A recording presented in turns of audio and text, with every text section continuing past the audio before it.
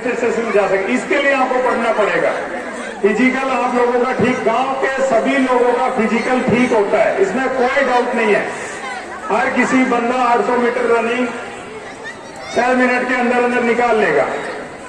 Physical में क्या होता है, लड़कियों के लिए जो गर्ल्स होती हैं उनके लिए रनिंग भी सिंपल होती है, आप किसी भी फोर्स में जा सकते हैं। तो रनिंग में जो अपने जितने भी विलेजर्स एरिया है, हम भी विलेज से गांव से पढ़े लिखे हैं, मैक्सिमम आप ऑफिसर उठा के देख लीजिए पूरे इंडिया में आपको 90% जो 90 नहीं तो 70% ऑफिसर्स आपको विलेज एरिया के ही मिलेंगे पूरे इंडिया में।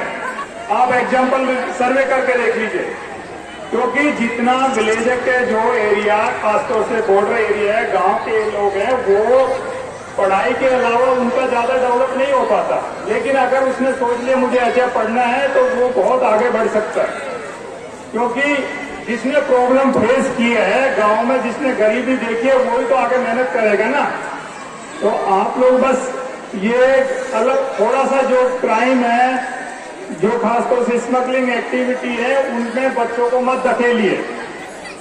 मैं बता रहा हूं आने वाला फ्यूचर है, पूरा डेवलपमेंट है, टेक्निकल टाइम आने वाला। हर बच्चा अपने नाम पर बढ़िया स्टार्टअप तैयार कर सकता है और खुद का रोजगार तो है, कम से कम 10 लोगों को और रोजगार दे सकता है। बस ये है कि आपको बच्चों को पढ़ाना पड़ेगा, पेरेंट्स को भी समझना पड़ेगा, टीचरों को उनको मोटिवेट करना पड़ेगा। अभी जैसे आपने ये प्रोग्राम किया है, ऐसे ही आप कोई स्टार्टअप रिलेटेड जो बच्चों का डेवलपमेंट है, जिन्होंने अच्छा कोई प्रोजेक्ट बनाए, उसको आप प्लेटफॉर्म देके दीजिए। किसी ने मान ले सपोज करो ड्रोन बनाया, किसी बच्चे ने अच्छा टैलेंट है कि कोई प्रोजेक्ट बनाया है, या किसी का अच्छा मतलब पेंटिंग है, या किसी का अच्छा वो है, आप वो सेमिनार टाइप में ऑर्गेनाइज कीजिए। अब उसी चीज को आप जब पब्लिक को प्लेटफॉर्म पे देंगे और उसी को मीडिया के थ्रू उसको आगे मोटिवेट करेंगे, तो वो बच्चा का अगर पेंटिंग में आगे नेशनल लेवल पे जाता है या किसी प्रोजेक्ट में आगे निकलता है, तो मैं बताऊं उसका ऑटोमेटिकली इसको बहुत आगे बढ़ जाएगा। तो आप सभी से रिक्वेस्ट है मेरी खास तौर से कि बच्चों को एजुकेशन पे ज्यादा ध्यान दीजिए।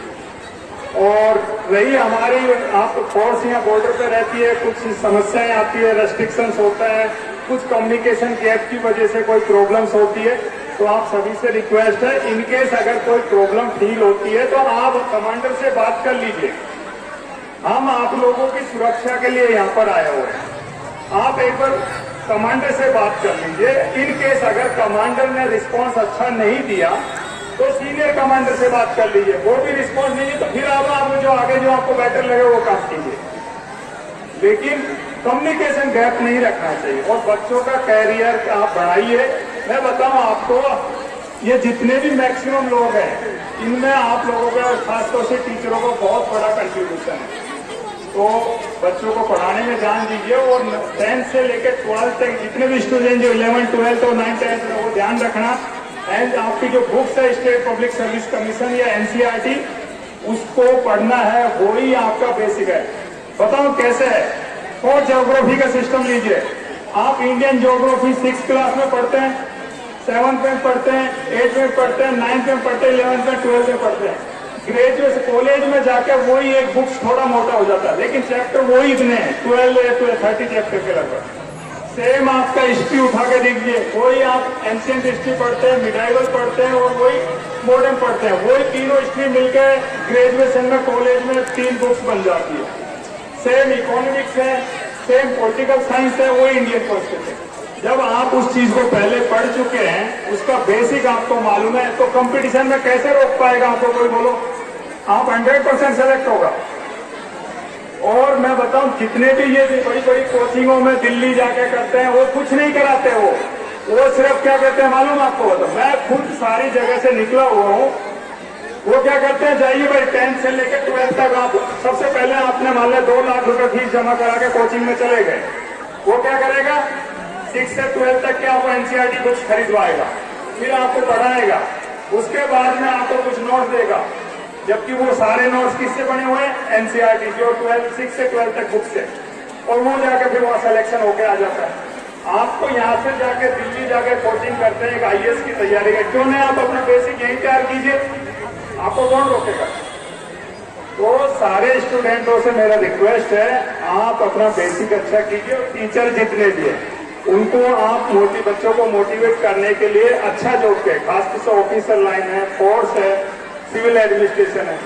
मैं बताऊं आपको, एक एग्जांपल देता हूं। राजस्थान में एक गांव है बामनवास, वहां कम से कम 50 लोग एक गांव से आईएएस है, 50 लोग।